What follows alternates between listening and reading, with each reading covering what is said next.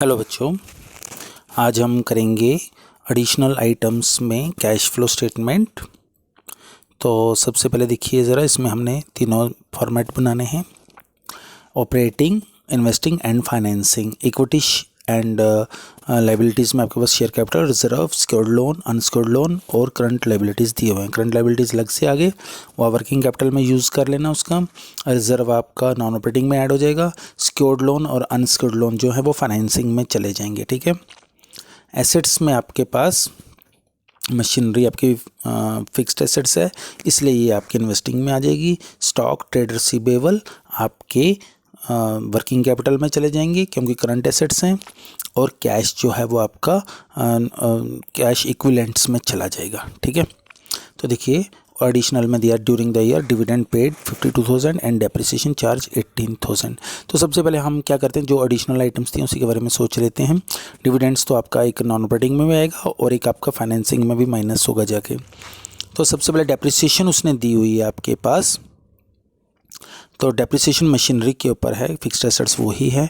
तो डेप्रिसिएशन के जब दी हुई है आपके पास मशीनरी के ऊपर, तो हम पहले मशीनरी अकाउंट ही बना लेते हैं।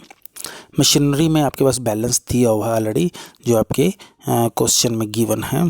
देखिए ज़रा, मशीनरी में बैलेंस आपका 3 लाख और 3,42,000। ठीक है। पहले 18 है फिर 17 है। तो मतलब कि पहले आपका प्रीवियस ईयर है, बाद में करंट ईयर दिया हुआ। तो करंट ईयर का 3 लाख और फिर 3,42,000। ठीक है। देखिए ज़रा, 3 लाख उसने बैलेंस ब्रॉट ऑन और कैरिड ऑन 3,40,000। और डेप्रिसिएशन आपको पता है क्रेडिट में आना है, क्योंकि आपकी एंट्री आनी डेप्रिसिएशन टू मशीनरी क्रेडिट में, एंट्री क्रेडिट में आएगी 18,000। ठीक है। कैरिड ऑन भी है, ब्रॉट ऑन भी है। और आपका बैलेंस निकल रहा है,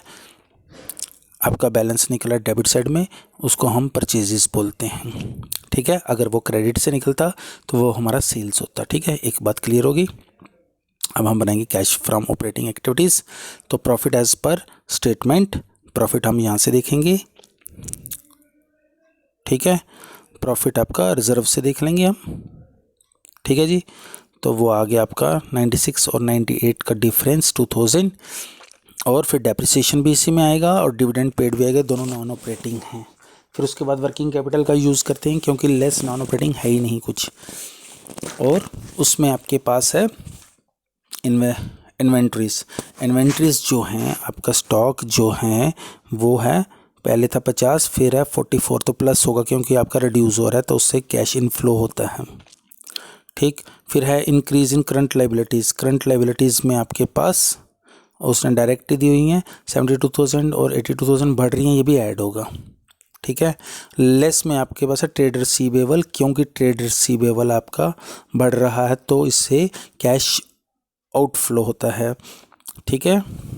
तो ट्रेड रिसीवेबल आपका यहाँ आ गया माइनस में। ठीक। तो ये सारा माइनस प्लस करने के बाद 81,000 200 ऊपर वाले का आया था, और इसको माइनस करने, हाँ 81,200 आपका आंसर आ गया। ठीक है। Cash from investing activities. तो उसके बाद आपका आ गया कैश फ्रॉम इन्वेस्टिंग एक्टिविटीज़। ठीक है। ये ऊपर वाला आया था, और ये क्या बोलते हैं इसको, ऑपरेटिंग एक्टिविटीज़। तो इन्वेस्टिंग में आप क्या देखेंगे कि मशीनरी थी आपके पास, मशीनरी आपने अकाउंट बनाया, उसमें से परचेजेस निकल रहा था कितना, 60,000 रुपया। एक ही आइटम थी, वही माइनस में आप आंसर डाल देंगे, उसी को आपने कैश फ्रॉम इन्वेस्टिंग एक्टिविटीज़ बोलना, क्योंकि दूसरी आइटम थी नहीं। फाइनेंसिंग एक्टिविटीज़ में सिक्योर्ड लोन है, सिक्योर्ड लोन बढ़ रहे हैं। देखिए ज़रा, सिक्योर्ड लोन आपके बढ़ रहे हैं, पहले कुछ नहीं था, अब 40,000 हो गया तो बढ़ गया, 40,000 बढ़ गया तो वो आपका इनफ्लो हुआ, प्लस में आएगा। और अनसिक्योर्ड लोन पहले 50 थे, अब 60, पहले 60 थे अब 50 हो गए, इसके मतलब हमने पेमेंट किया है 10,000 रुपया माइनस में आ गया। और डिविडेंड पेड भी इधर ही आएंगे। ठीक है। सारा माइनस प्लस किया तो माइनस में 22,000 आपका आंसर आया। फिर आपका जो A plus B plus C की आपने 800 माइनस में आंसर आया। और ओपनिंग बैलेंस कैश वाला इसमें ऐड किया 8,000 और 7,200। देखो इसमें क्लोजिंग है, हमारा भी क्लोजिंग 7,200 आ रहा है। ठीक है।